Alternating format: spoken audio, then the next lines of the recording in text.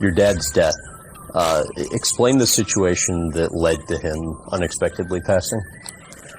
The situation was, so he used to do online share trading, and that was something that became quite a big thing back then, when in 2006, when he started doing it.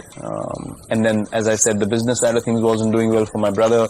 The house was on rent, and then his online share trading account suddenly crashed. So one transaction went really bad, and all the transactions that he'd done before that and whatever he had accumulated sort of went down in a go. So he really, like, the amount of stress it brought onto him mentally was huge. So he had a stroke. He had a clot form in his brain. I didn't know it because I was playing my first season and I was at practice, and I was coming back from practice, and I reached the house, and then my cousin's sister was there, and I asked her where everyone is, and she's like, no, they've gone for a regular checkup. I was like, why would everyone in the house go for a regular checkup? This doesn't seem right. Why is she the only one sitting at home? So I asked her where they are. She told me they're at this place, and I was like, take me there. So we went there, and then I saw him. And then I saw him, you know, in a situation that I'd never seen him before. And What was the situation? Because it was a stroke in the brain, he wasn't able to react in the normal manner. You know, his body was moving in a funny way, and he was not able to figure out where he is, like the way he looked at people as well. It was like he lost total sense of what's going on. So I saw him like that, and then they took him to the operation theater, and then it was a very difficult time because they did the operation, then he came back home, and then he was in rehab, but I saw him, left side of his body got paralyzed, left side vision also got compromised, and he was just not able to communicate that well, even with the family members anymore, and, you know, couldn't do anything by himself.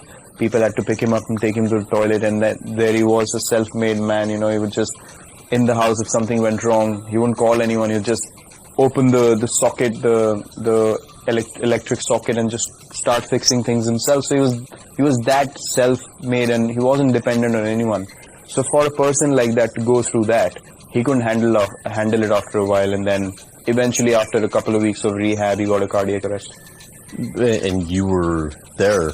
I was batting, actually. I was playing a game, and we were playing one of these 4-day games, which used to happen at the first class level, and I was supposed to resume batting the next day.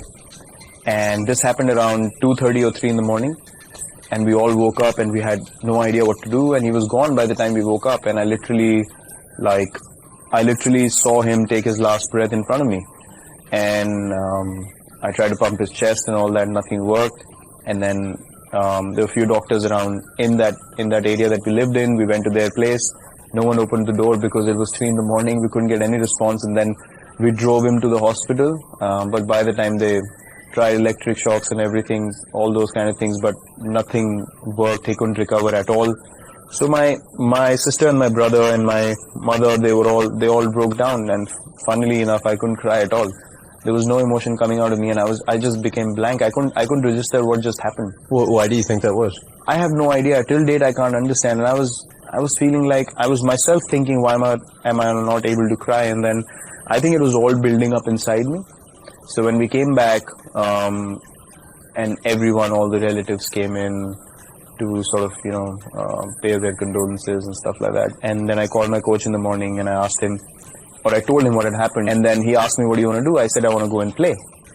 So he said, are you sure? And I was like, Because you had a game that day. yeah. And for me, leaving a cricket match was something which was not acceptable, regardless of what happened in life. Not going to a match was not an option I ever had, or I couldn't register that option in my mind. So I said, I'm going to go. And he said, okay, if that's your decision, go ahead. So I left the house.